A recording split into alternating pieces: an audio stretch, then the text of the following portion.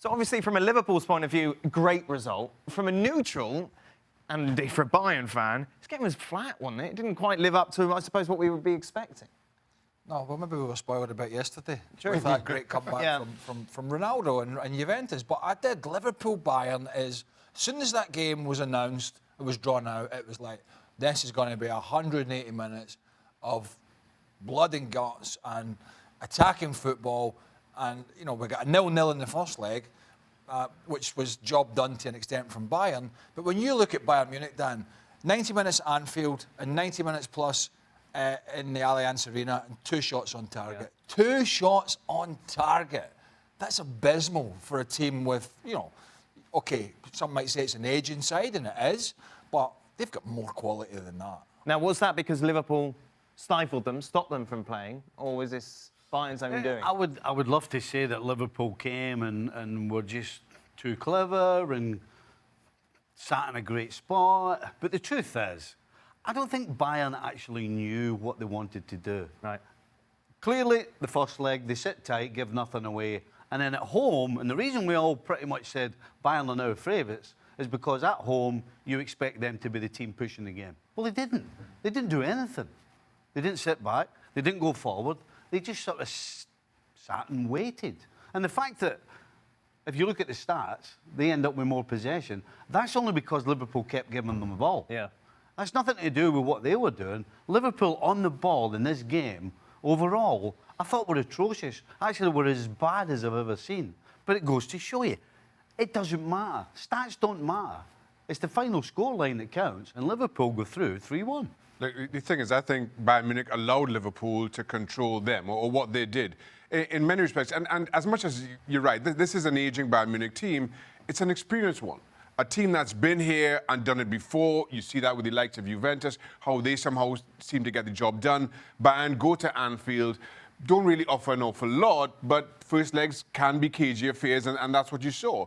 But given their experience, you expected a whole lot more from Bayern Munich at home. Yet, they never did. They never seemed to get out of that second gear. They seem to be more concerned with conceding the away goal than going out and scoring the goals that would take them through to the next round.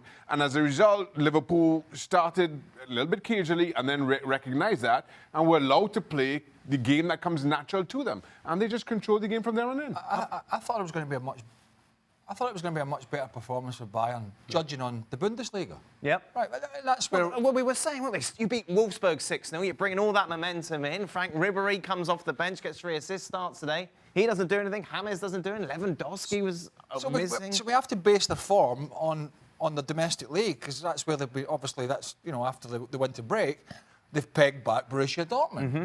So you base your facts on they're playing better, they're back in form, they're scoring goals again, and... They're probably going to beat Dortmund in the league, but how's that in comparison to playing against a Liverpool side that have been, let's be honest, been a little bit flaky, particularly the game at Man United, and then there was one after that escapes me where they won and didn't play particularly well. But then you look at it and you've got, forgetting Schalke to an extent, who got spanked by Man City, you've got Dortmund at the top at the time who got absolutely spanked by Tottenham, and then you've got a Liverpool side that didn't even have to play anywhere near its best and beat them. So it's been a bad round of 16 for the Bundesliga. There's no doubt about it. There was a time in the second half when Liverpool go 2-1 ahead. Yep. This is a cup competition. So if you're Bayern, your natural instinct you would expect is, A, the team wants to go forward because they have... I think, what was it, 20 minutes to go before the end of the game? So you think automatically the players are going to grab the thing with the scruff of the neck and go forward. And you think the crowd's going to start trying to encourage them and push them forward as well. Well, none of those things happened. Straight from the kick-off, they lose the ball and Liverpool are on the attack. Yeah. I mean, it just goes... Everything they did in this tie went against what normally happens. Mm-hmm. I think Bayern, I think everyone would agree, need a major overhaul. Raf be on tomorrow to talk about that. I mean, aren't Liverpool weird, Stevie? They're second in the Premier League, 1 point off City. They're through the quarterfinals of the Champions League. Yet we still don't believe they're playing as well as they could. No. Well, they're not. And that is the problem. And that's kind of what you do to yourself. You know, when you play the way you did last year, and when you get to a European Champions League final, You've set the bar. There's a standard now, Right. and that's what we do. We're holding Liverpool to their best. And then whenever they fall short of it, regardless of winning 3-1 away in the Champions League at Bayern, then it almost feels as though, well, they weren't at their best, but they still won. And again, at the end of the day, it's the result that counts. But fantastic result, but it wasn't the best performance by a long way. And there's been people in England suggesting, and not just one, but several people over the last few weeks suggesting Liverpool should dump the Champions League. Right, and focus on the Premier And focus on the Premier League. And rightly so, Jurgen Klopp, I think, he's been a little bit smarting for those comments. And look, we're in these two competitions, we're in them to win. I understand it makes the scheduling a bit more difficult, but this Champions League's wide open. Completely. And could you imagine Fergie and his pomp at Man United when he had two competitions to go for, saying, nah, we're not going to bother with that. It's Liverpool have always had a standard where they're in these competitions to win, particularly the biggest ones. Yep. And they're chasing City at the moment, but that race is well and truly still on.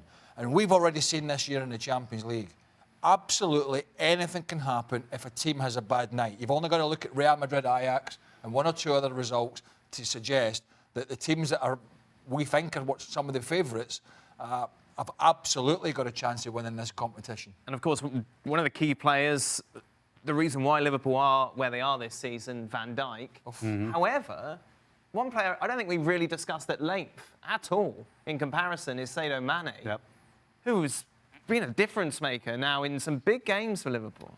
In some ways, Mane kind of reminds me of Sterling a little bit. I think we all know his flaws, and one of his biggest flaws was his inconsistency, because I don't think he was quite sure what he was going to do. Never mind defenders or anybody else.